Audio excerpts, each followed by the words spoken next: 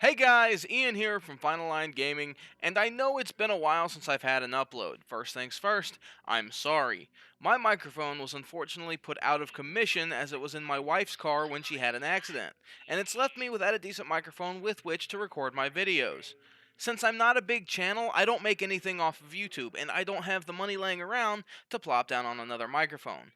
But it's been so long, I've gotten tired of trying to save for a new mic before I make another video because I didn't want to compromise audio quality. Unfortunately, I don't think that's going to be the case, so I'm going to be going back to using my headset microphone to record my audio. So please forgive the audio quality. I promise it will get better as time goes on.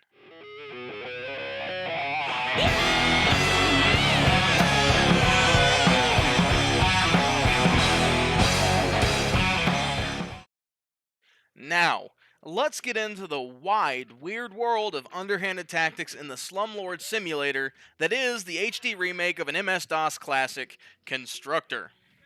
Now, Constructor was released back in the days of releases in different regions having different titles. So if the name doesn't ring a bell, but the gameplay does, the game was released in the US under the name of Mob Rule. Originally released as an MS-DOS game, it was later ported to versions of Windows as well as the original Sony PlayStation.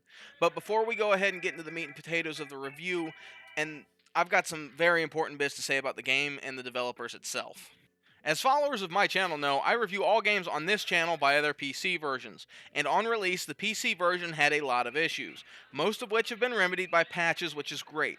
Regardless, the developer System 3 has been doing some really shitty things towards our customers who bring valid complaints to the table. Now, I've seen people complaining about leaving out things such as option sliders for texture quality and resolution scaling, etc., as well as them forcing a lock at 1080p, leaving out those of us who have PCs that have been built since the Twin Towers fell in the dust when it comes to options. That upsets me, and as that upsets a lot of people, that is a very valid complaint. However, I will state that treating customers who have paid you any amount of money for this game like garbage for wanting you to include options that even shitty greenlight scammers have is absolute dog shit and inexcusable. Regardless, this is a game review, so I want to get back to the game itself. I just, however, felt the need for people to understand that either System 3 or a representative of System 3 is being unprofessional when it comes to dealing with valid points of criticism. So let's get back into the review for a reimagined classic. So Constructor, if you haven't guessed by now, is an RTS where the basic premise of this game is that you are a budding land developer. And you're going to succeed in building up and ruling the town while trying to push your competitors out of business either lawfully by protecting your investments with the police, or unlawfully using the undesirables. All while keeping your tenants happy by solving their complaints and giving them gadgets. Now, the undesirables are the units whose sole purpose is to make life a living hell for your opponents. And they are really the absolute shining moment here with the gameplay. They are fantastic, they give the game so much character.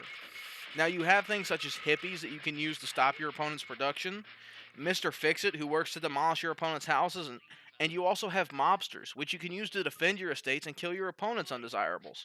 Another way which you can use to defend your estates is a police station, and you can also have police patrol your properties. Now, unfortunately, at the time of this review being written on August the 3rd, 2017, the variety of content in this game is very sparse. You only have one mode to play. Whether it's online or offline, it doesn't matter. It's one mode, and that is free play. There is a single player campaign that they are promising will come later, but seeing as the game took about a year of delays, and even then on release it was broken, we'll see how well that pans out or how quickly that comes. Now, here we get to a point that is both good and bad in some respects.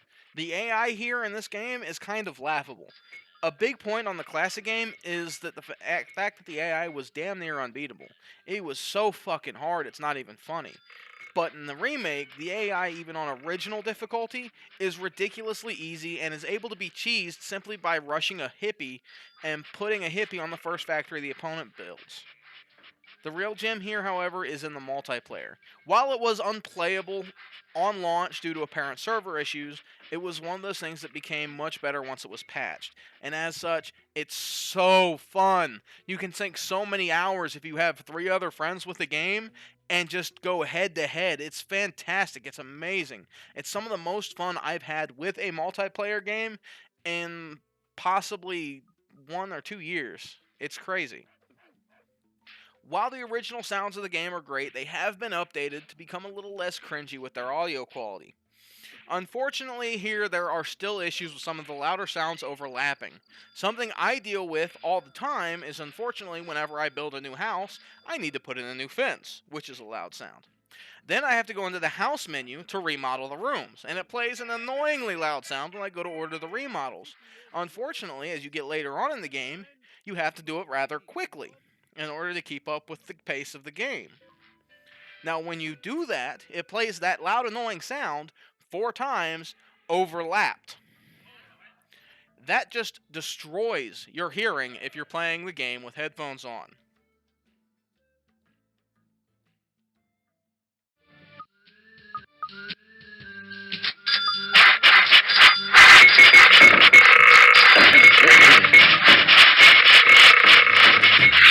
Blimey! I can barely hear myself think.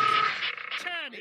Now, one of the things I really like about Constructor over other RTS games is that it's more forgiving with build order requirements, meaning that you have a lot more freedom with how you can play the bit game and be successful. Now, I play a lot of RTS games, I enjoy them quite a bit. I have a lot of friends who don't because of the fact that if you don't follow that linear build order, you're going to fail. You cannot be successful if you are not playing in one certain way. Now, again, that's a typical downfall of most RTS games, but it's not here. It makes the game great and it's accessible for a lot of newer players to come in and learn the game and learn the intricacies without giving up some of the things that make the game complex. Now, that's a huge plus for the game. But now we've covered the gameplay, we've covered some stuff about the AI and the audio. Let's go ahead and let's talk about some final thoughts before I give the conclusion to the review. So another issue the game has is with crashing. Now, a good game of Constructor can last 2 to 3 hours sometimes even more, and there have been quite a few times I've been in the middle of a session only to have the game unexpectedly crash on me. Although, all in all, I believe that System 3 has made a huge step in showing how a proper remaster should be done. They've given us a classic experience, all while updating things such as visuals and sounds, while not killing off some of the character that the game has. Unfortunately, they've also shown the wrong way to do a remaster in today's age, and that's by removing graphic settings and resolution options, which lead to graphical errors and missteps in an otherwise fantastic game. All in all, Constructor HD for me, it gets a whopping 6 out of 10. It's a great game that harkens back to my roots as a gamer, and it is truly a buy if you can find it sitting about $20. Unfortunately, with the wrongdoings in the multiplayer, the lack of content at the moment, the missing options, and the constant crashes, the game just does not make the cut in a lot of fashions of today's market. Alright everyone, thanks for watching the video. I really do hope you enjoy watching it as much as I loved making it. As always, don't forget to like the video if you liked it, hit dislike if you didn't, and remember to leave your thoughts in the comments below. Subscribe if you want to see more content like this, and always remember to have a splendid day.